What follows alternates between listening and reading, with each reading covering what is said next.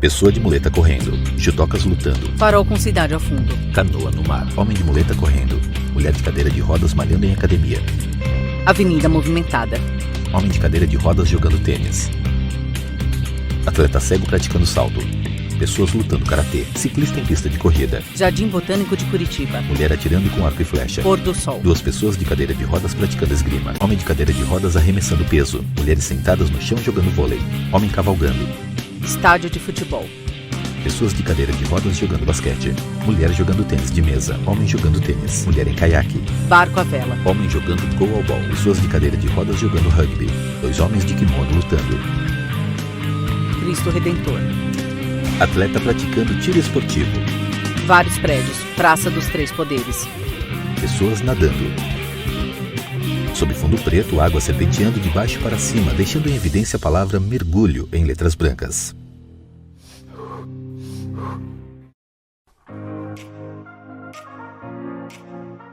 Mulher em cadeira de rodas jogando bocha. Carros passam por rua movimentada. São Paulo, SP, Brasil. Assistente calibra uma calha de madeira por onde os atletas paralímpicos de bocha jogam as bolas. Evani Soares, atleta de bocha cadeirante, usa uma vara presa ao braço utilizada para fazer suas jogadas. A bocha ela é a modalidade mais inclusiva que tem no meio paralímpico. Eu já joguei com pessoas usando balão de oxigênio no rosto. Já joguei com pessoas que não falam, mas a pessoa tem uma cabeça, sabe, brilhante para jogar. É difícil ganhar deles. Você olha assim, não dá nada para a pessoa, não tem a fala, não tem o movimento, mas em quadra ela tem autonomia total para decidir o que é dela ali, a jogada dela, bola a bola. É muito emocionante. Não é porque você está na cadeira de rodas que você não pode. Não é porque você está faltando uma perna que você não pode. Poderia tirar a imagem porque muita gente acha que é coitadinho, que está ali na cadeira, não pode praticar nada, não pode trabalhar, não pode... E se a mídia divulgasse mais e mostrasse, mudaria a cabeça do público brasileiro em questão disso. De tirar o coitadismo do deficiente para colocar eles em igualdade com o outro. Antes eu era vista como uma cadeirante, Evani. Hoje não, hoje eu sou vista como a campeã paralímpica de bocha. O pessoal na rua antes perguntava, você vai passear? Hoje pergunta, você vai treinar? Então, para eles eu sou vista agora como eu tô representando o meu país, né?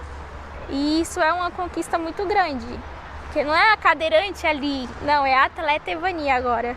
Eu descobri a bocha em 2007, através de um professor de educação física que me deu aula no primeiro colegial. Esse professor, até então eu nunca tinha feito educação física na vida. Passei os anos de escola inteiro ficando na sala, trancada, porque não tinha acessibilidade em nenhuma escola para mim. E quando eu cheguei na zona sul de São Paulo, que eu morava na zona norte, esse professor olhou para mim e falou, você não vai ganhar nota sem fazer nada.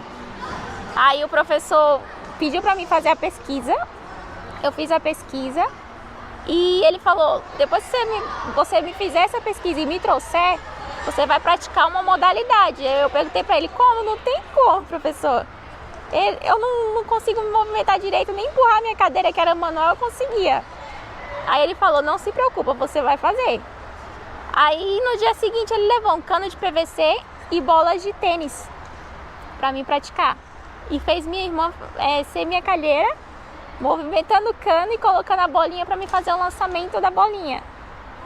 No começo eu não gostei muito, é um esporte, quem vê de fora, é um esporte parado. E não entende muito, né, que é estratégico. Então, quando foi 3 anos depois, eu fui para a faculdade em 2010, eu conheci um pessoal que era do mesmo bloco no mesmo bloco da faculdade que eu estudava, que era educação física, Só que eu fiz publicidade. Como o prédio era o único acessível, me colocaram no meio da educação física lá. E uma professora de lá me chamou para conhecer o projeto da comunidade de inclusão, que tinha a bocha e tinha a terceira idade também. Ele me fez o convite, eu fui um dia só. E por insistência da minha mãe, eu acabei indo outros dias. Eu não queria, porque eu não me interessei a princípio. E quando eu treinei um dia no sábado, eu falei pra minha mãe, eu não quero. Eu não quero, porque eu vou dormir tarde e eu vou acordar cedo. Pra quê? Aí eu treinei, minha mãe insistiu na semana seguinte. Aí a mesma coisa, eu não vou. É o último dia, eu não quero. Aí minha mãe insistiu, aí no terceiro sábado tinha uma competição, que era a última fase do Campeonato Paulista de Bocha de 2010. Onde o meu técnico, ele me colocou o titular na reserva e me colocou para jogar logo de cara. E já iam disputar o terceiro lugar contra a equipe do Antônio Leme, que é campeão paralímpico. Até então ele já era da seleção.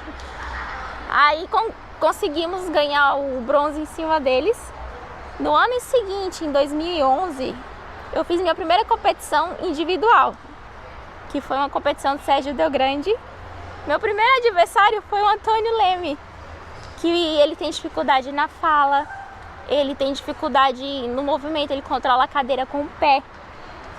Aí eu olhei pra ele assim, né, porque eu era leiga, não sabia. Eu olhei pra ele assim, já ganhei. Meu técnico falou pra mim que eu ia jogar, mas não falou quem ele era.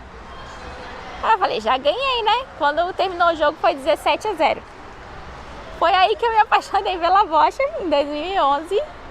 E vim conseguir ganhar do Antônio Leme ano passado, 9 anos depois. Nesse percurso, né, do ano passado, de lá para o ano passado, em 2015, eu fui campeã brasileira em dupla pela primeira vez, junto com o meu parceiro de equipe, o Danilo. E no final do ano eu fiquei em 7º lugar no brasileiro. E eu fui convocada para o meu primeiro mundial, que foi na China.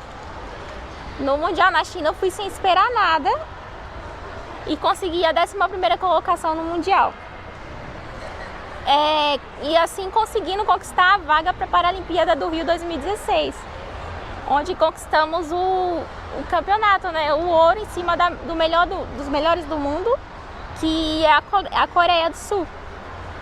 E nesse percurso até aqui a gente tem 90% de aproveitamento até agora, nos Jogos Mundiais, Open Mundiais e Copa América.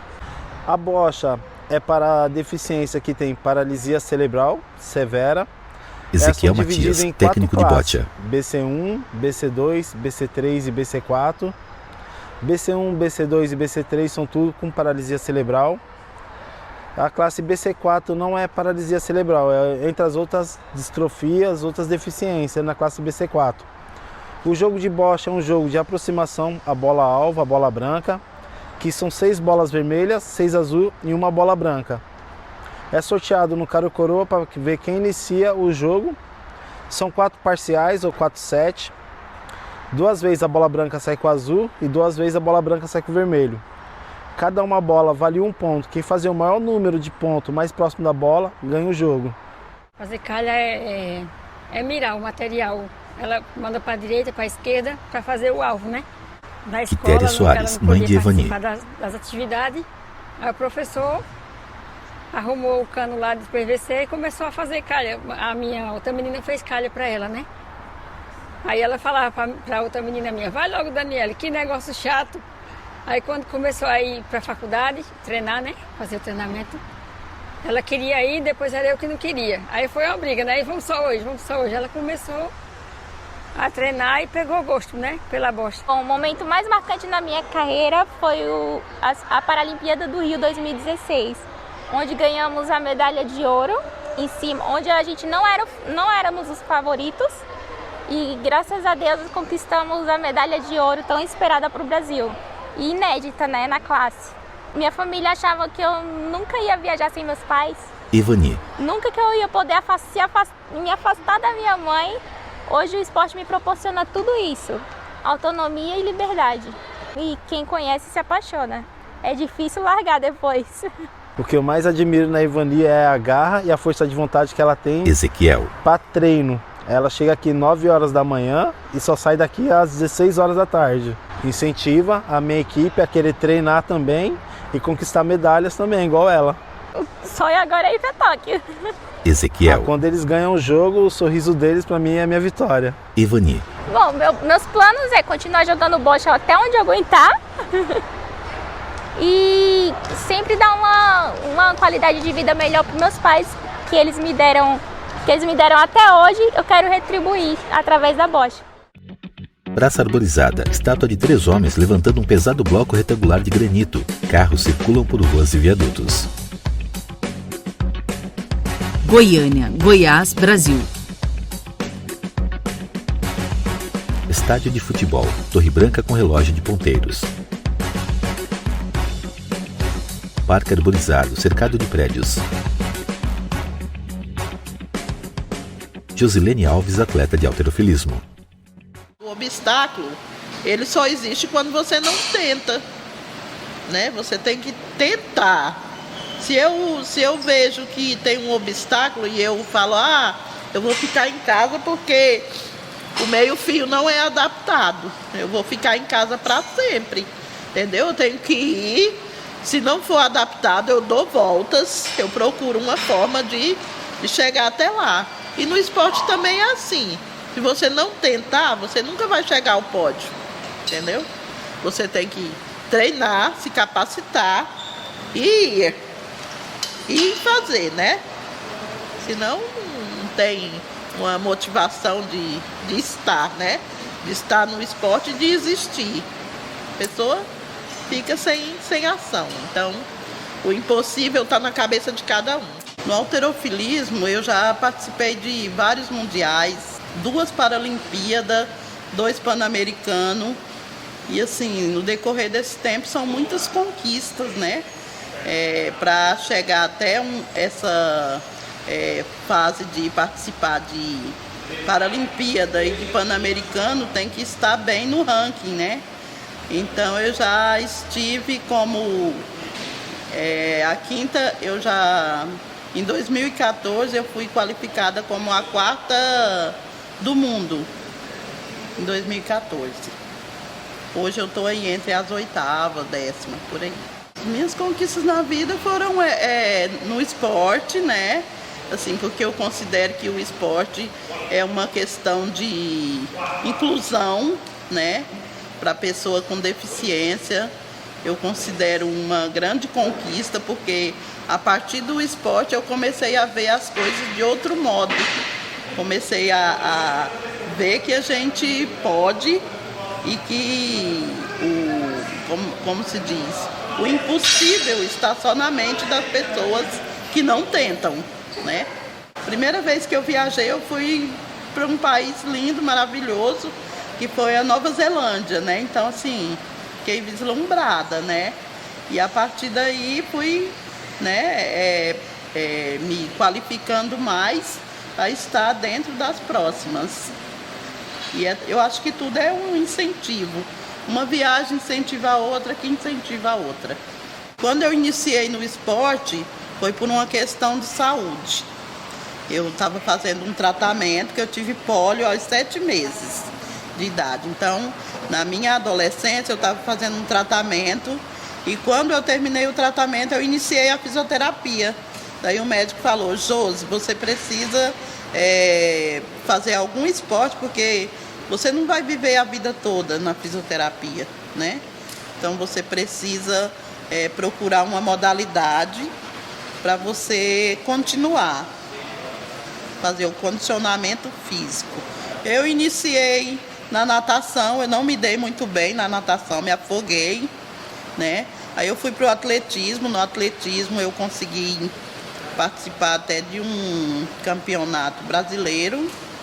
Depois, a partir do campeonato brasileiro que eu participei de atletismo, eu fiquei conhecendo o halterofilismo. Daí foi amor à primeira vista, né? Eu fiquei só com o halterofilismo. Na escola eu sempre costumo dizer que na minha época de infância já havia aquela questão da educação física na escola. Mas os professores, como não tinham conhecimento nessa área, eles sempre me colocavam para fazer outra coisa, desenhar, né? E eu insistia, não, eu quero brincar com os meninos, que a gente encarava como uma brincadeira, né? Recreação. Mas eles sempre me colocavam para fazer outra coisa em sala de aula, um desenho, uma pintura, qualquer coisa, para me tirar do foco do esporte, né? Porque acho que até nessa época ele também não tinha, os professores não tinham muito conhecimento. Antes eu acho que eu era, nem me lembro mais, para te falar a verdade. Então assim, antes eu acho que eu era uma pessoa mais reprimida, gostava muito de ficar em casa, não era muito de sair. Hoje eu gosto muito de sair, além de academia, eu gosto de conhecer locais novos, eu gosto de balada, eu gosto de parque.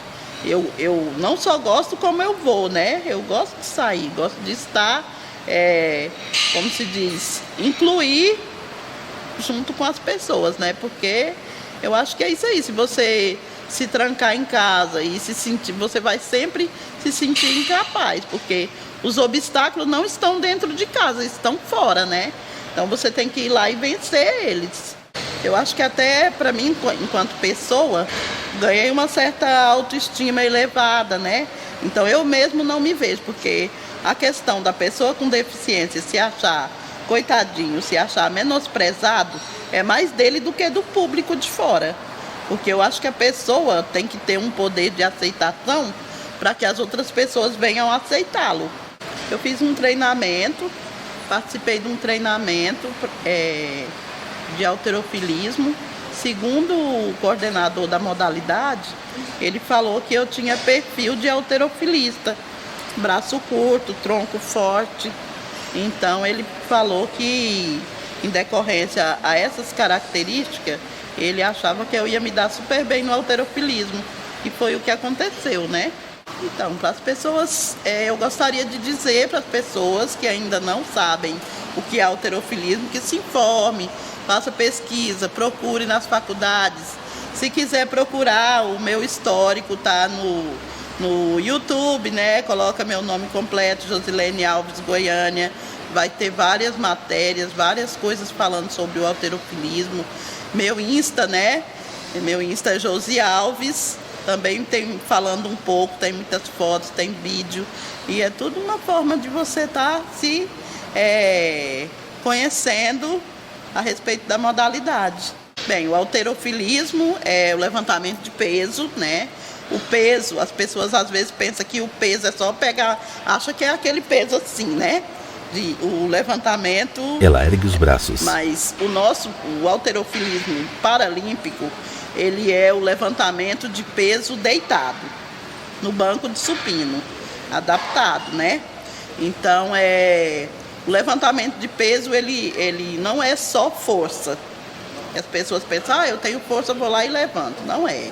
O levantamento de peso, ele tem toda uma questão de uma preparação, ele tem respiração, tem concentração, né? E tem que ter a força também. Então, se não tiver todos esses fatores, você não consegue fazer um levantamento legal. Então, sempre que eu menciono halterofilismo, eu sempre falo que é levantamento de peso, porque as pessoas não conhecem. Se eu falar powerlift, então, muito poucas pessoas vão saber o que é, né? Então, o levantamento de peso, poucas pessoas conhecem, mas as pessoas que estão no meio esportivo, né, na academia e tal, se você falar fora para a população, pouca gente vai saber o que é. Eu acho que tem que ser mais divulgado, tem que haver mais divulgação, né, para que a sociedade, de modo geral, divulgação nas faculdades, né, porque é de lá que saem os profissionais de educação física, e os profissionais de educação física, eles têm muito a ver com isso, né? Que a partir do momento que eles conhecem, sabem exatamente do que a gente está falando, Aí vai começar a ter um público maior de conhecimento, né, na área. O esporte paralímpico ele não é tão divulgado quanto o olímpico. O olímpico, na época de Pan-Americano, de Paralimpíadas, são mais divulgados do que os Parapan, né? Eu treino 3 dias por semana, segunda, quarta e sexta. Devido ao treinamento ser muito pesado, então a gente treina esses dias, treina um dia, descansa um dia, treina outro dia, né? Para não sobrecarregar a musculatura, a gente treina 3 vezes por semana. O aspecto positivo é que, como pessoa com deficiência, eu me sinto mais ágil, né? Mais qualificada para participar das competições, né? Porque é tudo uma questão de preparação, então eu me sinto preparada e no meu dia a dia eu me sinto bem porque como cadeirante eu consigo me deslocar para qualquer lugar, me transferir, então isso também faz parte, o treinamento ajuda nesse sentido, né? O incentivo ele ajuda muito porque a questão financeira, né? Todo atleta ele tem gastos, a gente tem gastos com alimentação, nutrição, né?